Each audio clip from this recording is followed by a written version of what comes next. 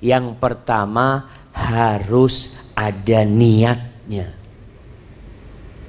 Kita semua hafal tuh hadis, innamal a'malu binniyat wa innamal likulli imri'in ma nawa. Semua amalan itu harus ada niatnya. Bukan cuma sholat yang harus ada niatnya. Bukan hanya berhaji yang pakai niat. Bukan hanya puasa yang pakai niat. Bekerja pun perlu niat. Antum keluar dari rumah antum tuh mau ngapain antum? Mau kerja. Buat apa bekerja? Nih niat. Apa niatnya? Niatlah untuk memberikan nafkah kepada dirinya sendiri, supaya nggak minta-minta sama orang. Yang kedua, niat buat keluarganya. Anak punya keluarga Pak Ustadz. Makanya anak-anak yang kuliah berusaha untuk kerja supaya tidak beratkan orang tuanya. Kalau bisa dia yang kirim duit buat orang tuanya. Kesian orang tua kerja. Sampai antum besar, antum masih minta sama orang tua. Niat kerja buat dirinya, buat keluarganya, buat kedua orang tuanya, buat anak-anaknya, dan buat berinfak di jalan Allah Azza wa Jalla. Ketika itu kerjaan antum jadi ibadah. Bahkan antum bekerja bisa bernilai jihad fi sabilillah. Antum kerja di ruangan AC dapat fulus, nilainya jihad fisabilillah. Mau nggak jemaah? Masya Allah. Ka'ab ibn Ujrah radhiyallahu anhu, sahabat Nabi, dia bercerita, marra ala Nabi sallallahu alaihi wasallam rajulun. Pernah suatu hari ada seorang lelaki yang lewat di sisi Rasulullah sallallahu alaihi wasallam. Fara'a ashabu Rasulillah sallallahu alaihi wasallam min jaladihi wa nasyatihi. Para sahabat ngelihat orang ini, mereka heran. Heran dengan apa? Masya Allah, dengan semangatnya, dengan kesungguhannya bekerja. Lalu apa kata para sahabat? Ya Rasulullah, lau kana hadha fi sabilillah. Wahai Rasulullah, kalau ini orang dipakai kekuatannya, kesungguhannya untuk berjihad di jalan Allah. Artinya ketika melihat orang gagah perkasa, sehat, kerjanya bagus, kalau di jalan Allah kan akan semakin besar pahalanya. Apa kata Rasul sallallahu alaihi wasallam? Ingin memberikan penjelasan kepada para sahabatnya. In kana kharaja yas'a ala waladihi sigharan fahuwa fi sabilillah.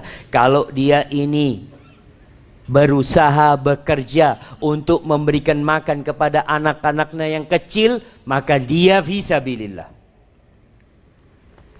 Wa in kana kharaja yas'a ala abawaini syaikhaini fahuwa fi sabilillah. Kalau dia berusaha kerja demi untuk mencukupi kedua orang tuanya yang sudah sepuh, fahuwa fi sabilillah. Ini orang di jalan Allah. Bukan hanya fisabilillah engkau pergi jihad berperang, enggak. Wa in kana kharaja yas'a ala nafsihi ya'ifuha fahuwa fisabilillah. Kalau dia berusaha kerja demi menjaga kehormatan dirinya supaya tidak jadi beban buat orang lain, fahuwa fisabilillah. Dia pun di jalan Allah Azza wa Jalla. Wa in kana kharaja riya'an wa mufakharatan fahuwa fi sabilis syaitan. Tapi kalau dia bekerja dalam rangka riya, ingin dipuji orang, mufakharah, ini berbangga-banggaan, ada orang yang bekerja untuk itu, maka dia di jalan syaitan. Hadis ini riwayat Tabrani dan disahihkan oleh Syekh Albani rahimahullahu ta'ala. Jadi antum harus punya niat ketika bekerja. Ngapain antum bekerja? Niatnya kepingin beli sepeda motor. Kenapa? Karena sohibnya baru beli motor lebih bagus dari motor dia. Jamaah rahimakumullah. Ketika masyarakat bekerja, biasanya pencurian itu akan berkurang. Kriminalitas itu akan mengecil. Karena semuanya bekerja.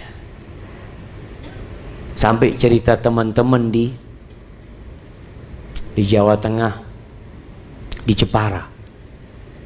Itu daerah sana Ustaz hampir nggak ada pencuri. Orang itu motornya bagus-bagus, bannya aman Ustaz. Karena semua masyarakat bekerja. Mereka dapat duit. Di sini seorang muslim ketika bekerja, dia supaya nggak ngambil barangnya orang. Niatnya itu untuk menjaga kehormatan dirinya, itu terhitung di jalan Allah Azza wa Jalla. Maka niatkan untuk itu. Kemudian syarat yang kedua, tidak boleh ada niat buruk. Karena di hadis tadi Rasulullah SAW menyebutkan yang bekerja keluar rumahnya, merantau dari kampung ke Jakarta. Niatnya apa? Kalau niatnya untuk berbangga-banggaan kepada teman-temannya di kampung, pulang bawa motor, bawa mobil, itu niatnya, atau untuk menggunakan hartanya dalam kemaksiatan, atau untuk menyombongkan dirinya, maka perjalanan dia dari kampung ke Jakarta, perjalanan dia dari rumah ke kantornya, fi sabilis syaitan, ini di jalannya setan. Maka antum perlu memperbaiki niat bekerja, bukan untuk berbangga-banggaan, enggak jamaah, supaya disebut orang paling kaya di kampungnya. Ya, manusia itu punya sifat tidak ingin ada yang menyaingin dia. Sampai nama pun kadangkala kalau bisa nggak ada di kampung yang namanya sama dengan nama dia. Iya. Apa saja barang yang dia miliki, sehingga kadangkala anak bingung. Ada barang antik, barang ini jelek jemaah, tapi mahal. Kenapa kok mahal jemaah? Karena sifat manusia tadi, dia ingin satu kampung nggak ada yang punya kecuali anak yang punya. Padahal udah nggak bisa dihidupin. Motor apa, ada Vespa tahun berapa? Artinya bang, ini berapa Vespa ini bang? Ini Ustaz, anak beli 35 juta. Hidup? Nggak hidup Ustaz. Nggak hidup. Terus buat apa gitu? Ya buat punya gitu, aku punya. Jadi kalau ada orang datang ke rumahnya ditunjukin nih, ini barang anak, dia punya barang-barang macam, nggak dipakai, nggak ada gunanya. Ada yang punya mobil 40, mobil kuno katanya, antik, di Jakarta ini. Kalau malam hari mobilnya itu dipasangin lampu, kemudian dia ngelihat dari loteng rumahnya, masya Allah. Astagfirullahaladzim. Ya.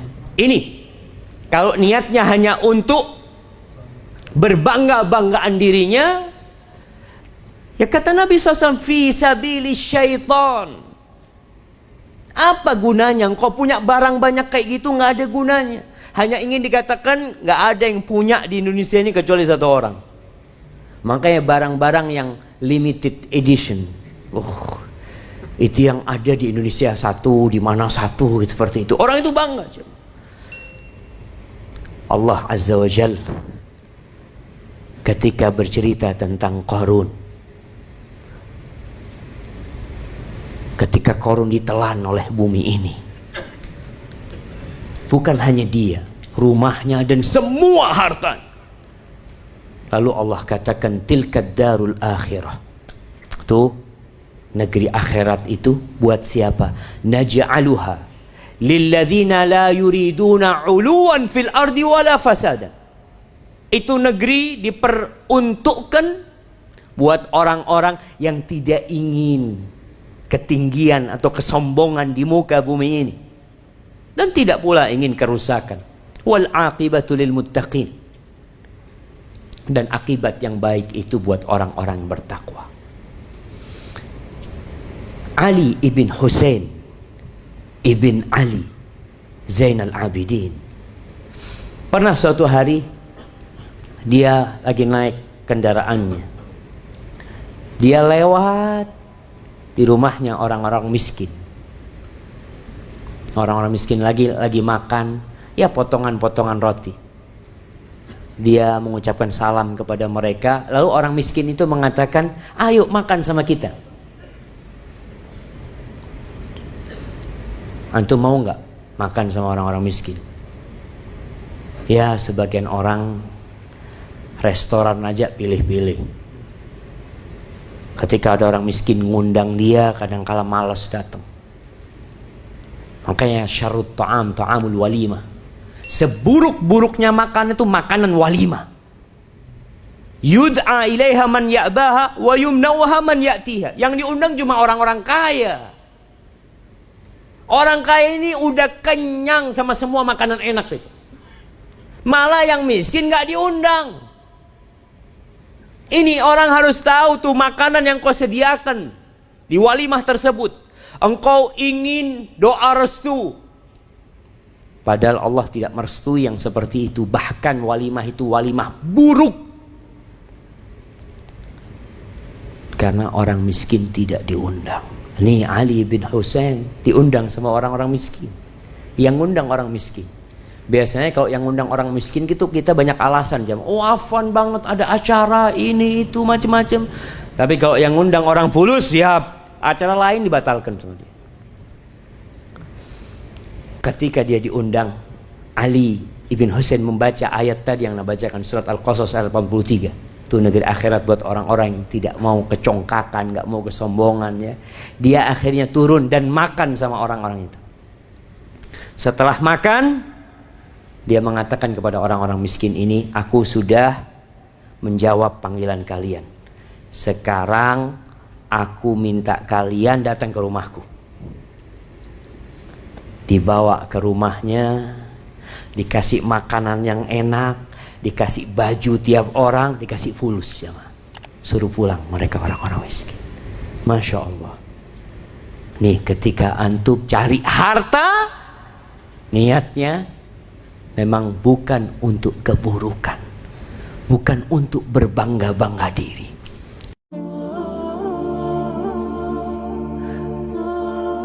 Sedangkan kita mayoritas, sedangkan kita banyak, kita banyak. Berapa jumlah umat Islam di Indonesia? Tapi apa yang bisa dilakukan umat Islam? Seharusnya mereka mewarnai negeri ini.